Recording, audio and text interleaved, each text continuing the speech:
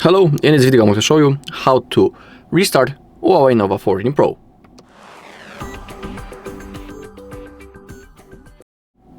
Okay, we have two methods how we can restart this device. I'll show you both of them. First, and the recommended method is reboot through the settings. Using the power menu. To do it, we need to hold the power key for around 5 seconds. Maybe even less.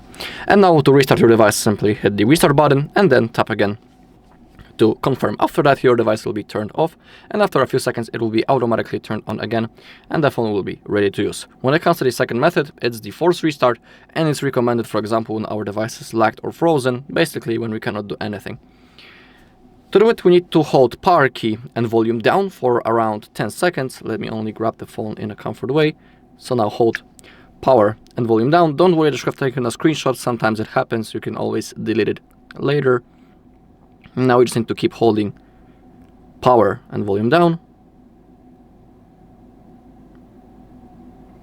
Okay, when the phone vibrates, you can release the fingers. Now we should see the HUAWEI logo. Yeah, here it is. And now just simply wait until the phone turns on. Alright, and that's all in this video. Thank you all for watching. If you found this video helpful, please leave a like, comment and subscribe.